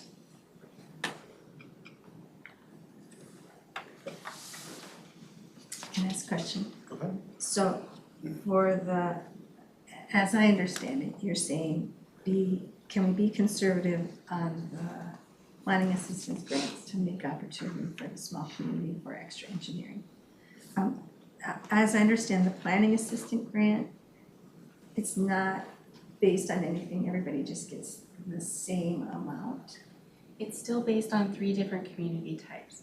Planning grants are still based on sewered, unsewered, or county or consortium, 3 different levels there. And the small community grants, are those proportionate to other factors? Chair and committee member, they're not grants. This is a planning program for the small community stuff. The estimated engineering costs are based on whether they're sewered or unsewered, whether it's public or private water supply, and broken out in that way. So each community does have an estimated budget amount, but it's different for every community depending on their situation, their type of sewer and their type of water supply. So did that help? It did. I'm trying to, in my mind, trying to understand needs-based, like is there greater need in the smaller communities for more engineering services, right? Because of the lack of their resources available to them. And it's not giving them money, it's giving them resourcing services that you contract on them. Yeah. Correct. The planning staff would be based out of local planning assistants, my team, and we would be hiring additional staff to do that. That's not included in the budget because we have absorbed that through my own planning program. But when you're talking about level of need from small communities, the planning grants provide dollars to the communities and they can drive that planning process then themselves for the planning grants. They're given a set dollar amount and they're off to the races. The small communities is new, so we're doing that in-house planning and engineering services for local governments, primarily acting as their planning consultant. And then we'll do the engineering consultant as well. Thank you. Go ahead, Tom. Could you go over again how you got to the high and low end hypotheticals that you went over for the different groupings? Sure. So we have different community types. A community may be sewered by the regional wastewater system or through a local plant, I actually don't know if they're part of the program, but like the city of Belle Plaine, for example, has their own wastewater treatment plant. And so a rural center community generally has their own wastewater treatment plant. That's still considered sewer. So regional or local sewer service, public water supply, through either their own water source and water distribution system, through a regional distribution system, through connection joint powers agreements with adjacent water supply, through a distribution system, private wells being the opposite of that. And so we took all of those factors, identified for each of the 29 communities that are eligible for the program, and identified what their anticipated engineering situation would be. We know whether or not they're sewered or not. We know whether or not they have a public water supply or not. And so we calculated each individual community based on those factors. Our engineering staff did not. Did that help, Tom? Josh, yeah, I think so. Maybe my math was a little bit off. You said there was some of the higher ranges were like 90-some thousand? Using the third column Okay. with scenario C. Yep. The high end would be $94,000 because the regional sewered and the public water supply system has the budget for the public water supply was 18,000 estimated, and the regional or local sewer was 58,000. Then adding on an additional $18,000 gets you to the 94. Gotcha, thank you. If you're using the middle column, instead of the 18,000, you're adding 11,500. Gotcha, perfect, thank you. That helps.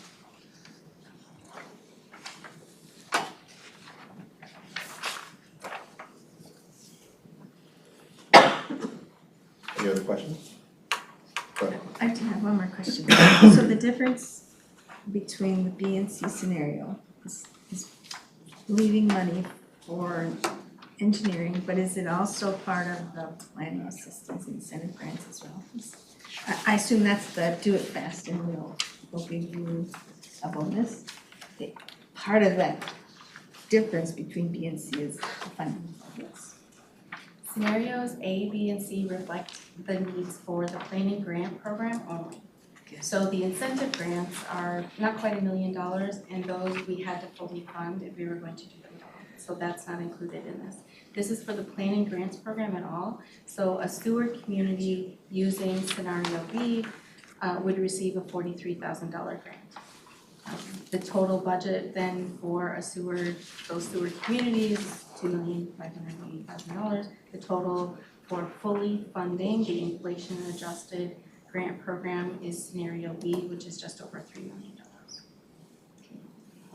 If you wanted to reserve some funds, some additional funds, because the revised budget did give additional dollars to the small communities program itself. But if you wanted to further support the small communities engineering cost, scenario C does reserve not quite $200,000 by just slightly reducing the baseline planning grants dollars for each of those communities. 67 different jurisdictions are eligible for the planning grants.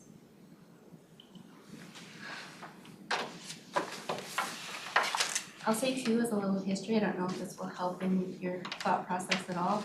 In the last round, we gave a $10,000 grant to small communities. This is much more level of support for small communities. We also had a similar number of communities that we served in total, around 68 communities. Eric might have said 63, I don't remember. In the 60s. But we're serving that same number almost in the planning grants program and adding an additional 29 communities by developing this small communities program. So we're actually helping almost half of the region with these 3 programs that we're talking about.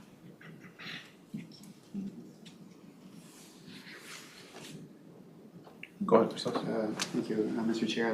I apologize, this is a pretty simple question, but I'm wondering with the 2.83 million, so that's under scenario C, with the total budget of 5.64 million, what is it a biennial budget or is it, what's the difference? Like what's the rest of the money going to if we were to adopt one of those scenarios? So my very smart finance folks are going to do some general fund transfers over the different years of 26 through 29 to ensure that it's fully funded. We do have some reserves in the fund right now, but the intention is to make sure that we can always have funds in there as well.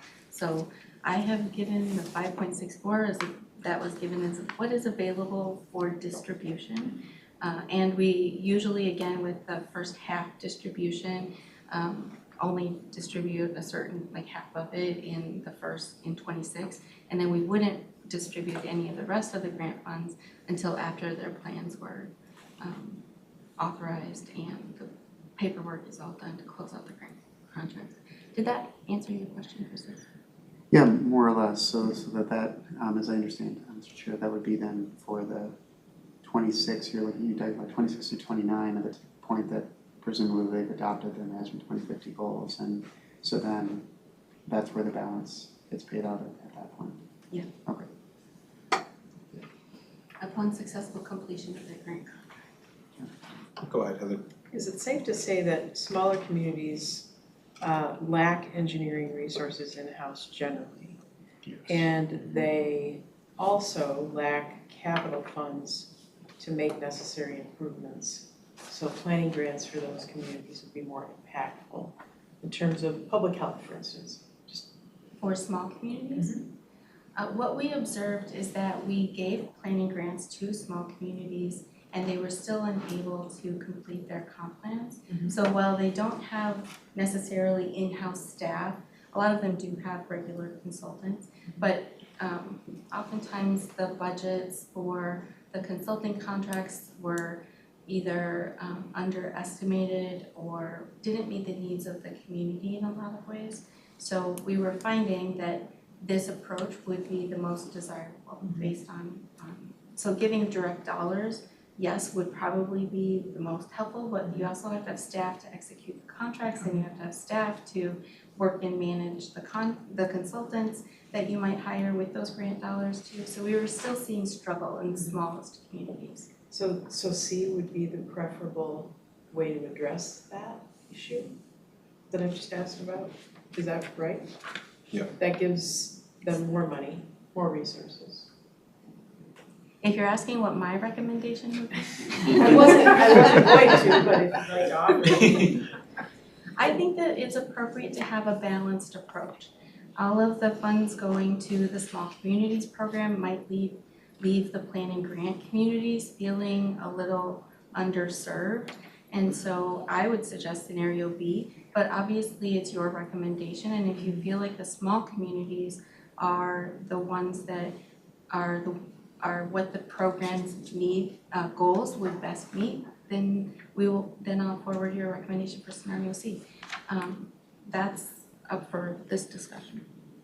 I think, if I may, Chair, Yep. I think my biggest concern about wastewater and water right now in the metro is a sort of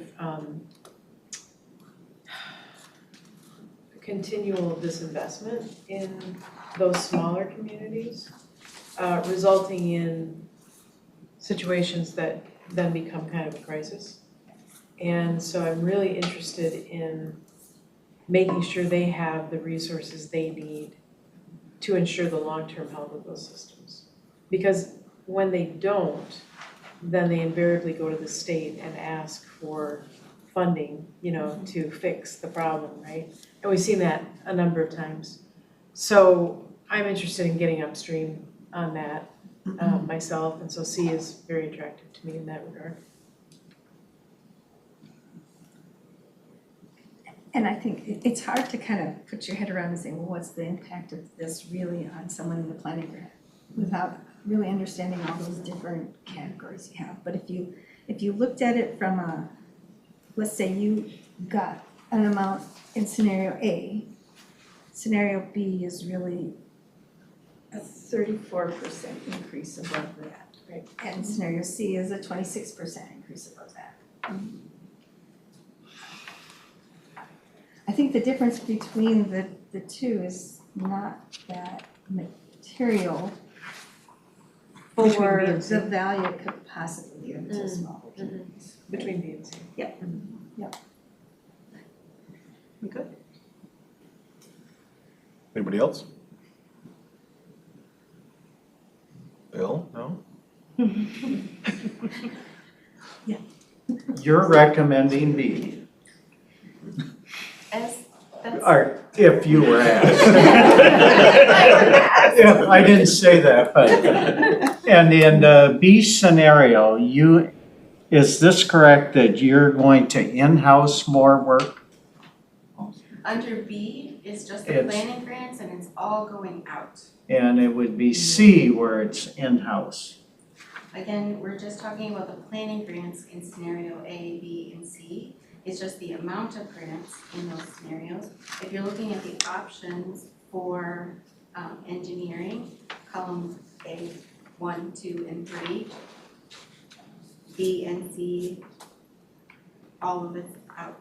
All of the engineering costs are being done through contracted work. So You're not doing anything in-house at Met Council. just the planning, MCES is just the not planning side of stuff where Got I will hire staff to do that work. For the planning assistance grant. Just the small communities Yes. planning program. The planning grants are facilitated through our grants staff, and we would execute individual agreements with the 67 jurisdictions that are eligible to receive funds directly. The small communities planning program is us acting as their individual planning consultant for both planning and engineering services. Planning, we will do in-house, and we can accommodate that without additional budget for this. The engineering budget is really what we're talking about, how much do we give to small communities in comparison to the planning grant communities. Does that help? Go ahead. So as I understand it, the primary difference between B and C is that the total amount available for the grant program goes down by $194,000. Correct. And that $194,000 gets allocated towards supporting the engineering services Correct. under the small communities program. Exactly. So it's just kind of a shift of allocation of those resources. Exactly. You always summarize our work so well. Thank you. Sometimes you have to say it out loud to understand it yourself. Yes. Go ahead, Lana. And so then can I ask, to get at her point, if they did not have additional support for engineering services, do small communities go forth with planning without engineering support then? They would have to pay for those engineering services themselves. They still, likely a local town clerk wouldn't do a wastewater plan themselves. So, I mean, I wouldn't do a wastewater plan and I wouldn't be able to. Yeah, no, they would still have to contract out. The local government would just budget for that and pay for those services themselves. Thank you. Anybody else? Go ahead, Tom. Is the 4,000 for the early submission already established? That's a conversation for this Okay. group as well. Just my 2 cents on it, I don't know, especially since you said you had to fund it fully as if everyone was going to do it. I don't know that many cities, like certainly for us, it wouldn't move the needle to submit it early if we didn't already have it early for $4,000. Okay. I, to be fair, don't know that there's an amount that's Met Council could give or would be able to give that do that. Come on. So, I mean, a bit, maybe some crazy big number, but, so maybe that's somewhere that could be saved if it's, especially if accounting wise, you have to anticipate everyone's going to use it and probably in reality, not anywhere near 100% will use it. At the last meeting, I felt from other conversation that it was widely expected that a lot of local governments would take that on, but maybe I misunderstood the conversation. I mean, it's not like it's a bad thing, I think if you have it done and you can say, great, there's 4,000 more we can get to reimburse ourselves on some of the expenses. But to me, I think maybe you're talking about how the grants are split typically upfront and at the end, getting that back half of the funding would probably be a bigger incentive to get my plan and then the $4,000. I will say that the way our contracts are established, I don't think that we would be able to do that because we have to ensure that the plan that is authorized is in conformance with the regional system plans, is consistent with regional policies, and is compatible with the plans of adjacent and affected jurisdictions. We can't do that analysis and ensure that the contract intention is met until after the planning has been completed. Right. So we wouldn't be able to give that second half payment out early, is what I'm gotcha. saying. Yeah, okay. But Although I do hear that that would be a great incentive. so, okay, I see what you're saying. So that's We have to validate. even if the city submits the plan, let's say a year early, it's still gonna be at the time, that second half distribution is gonna be at the time that Met Council processes everything, not when the city submits. If the community submits their plan early and meets all of the contract paperwork, they have to do some final paperwork, make sure that their work plan is done and whatnot. As long as all of that is done and they submitted and have an authorized plan by 2027, we issue the second half payment Okay. upon then. Then yeah, then I guess all I'm completion saying is that's probably a bigger incentive to me as a city than the 4,000 if it could be allocated elsewhere. And but it's not a huge deal, just something I was thinking of. Christos? Mr. Chair, so, I mean, it seems to me it's that 15-day window that's the problem, and It is, yeah. I know this is beyond the scope of what we do here, but is there any anticipation of a statutory fix to that at any point? No, not anticipated. It would be appreciated, not anticipated. It's a state statute that's longstanding and applies to all governments. And so even when you receive a development submittal at the city, that 15-day response period applies to your staff in getting a response out to the developer. Well, and I mean, I see a fundamental difference between like a Yes. city submission versus what you're doing, which is regional planning, and that seems like a carve-out could be helpful. I agree, thank you. Especially comprehensive plans are a decennial process, right? So it's every 10 years, and they are a lot of work. Local governments really invest a lot of time and energy into them, and it's a really broad and deep document. And so it isn't the same as a 15-page amendment submittal that we might receive. It is like a 500-page document that we have to review in the same period, which is why we're hoping to incentivize early submission so that we can phase in the work over time.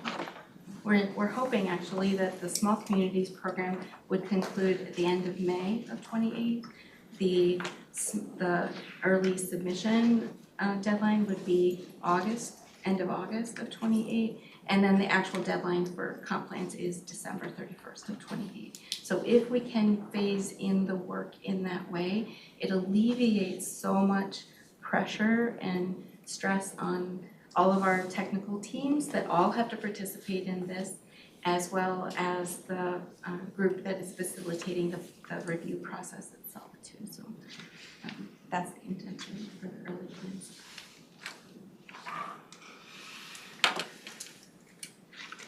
Any other questions? May I ask some questions? Yeah. It's 6. The intention is for, if you're looking at the last slide, for the schedule, is for us to come at the next meeting and ask for we'll present a business item on this as well. So I kind of need a thumbs up or thumbs down on several questions I can ask you right now.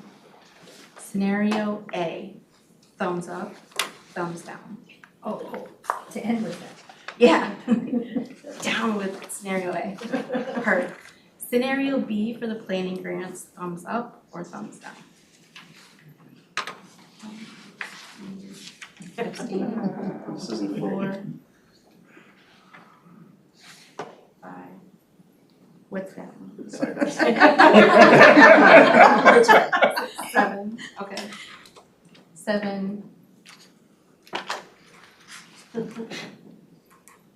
And then I'm sorry, who was in the thumbs up for B? 1, 2, 3. Wasn't that what you just asked? For B? Yeah, isn't Just- it B? yeah, it's just That's- clarification. Yeah, but I just wanna make sure I Yeah, counted for gotcha. She the counted ups. the downs. 1, Just 2, ups. 3, 4, 5. Did you say yes? C. Okay, and C, yay. Or nay. I was gonna vote for both C. I know, Can could you do you, that? It's not I or B. Oh, yeah, you can only vote once. you can only vote once? Yeah, I just looking for which recommendation would you like me to bring forward? You got one yes. 1, 2, 3, 4, 5, 6, 8, 10. And the winner is? Yeah. Well, the consensus is scenario C. I'm happy. As a loser, I'm happy. Since I was gonna vote for B and C both, I'm Right. fine. Okay, It's not- the last question then would be for the engineering options. Do you prefer column 1, 2, or 3? The not to exceed, if we're doing scenario C, it would be the third column. Yeah. Not to exceed. Are you interested at all in the first column where we're just doing wastewater and water supply engineering only? That's the reason why. Okay, so third column, generally consensus, I see a lot of Yep. headlines. Okay, thank you very much for that clarity, I appreciate it. Pulling teeth. Any other questions, Angela? I have no other questions, if the committee have any. Anybody else? So now we don't have to vote at the next meeting? No, now you go back. can all change. The meeting's over. Adjourned. Let's go. Thank you so much, everyone. Thank you. Thank you. Good luck on minute, Again. All right, any discussion? No? All those in favor signify by aye. Aye. All those opposed? All right, ayes have it. Stay here.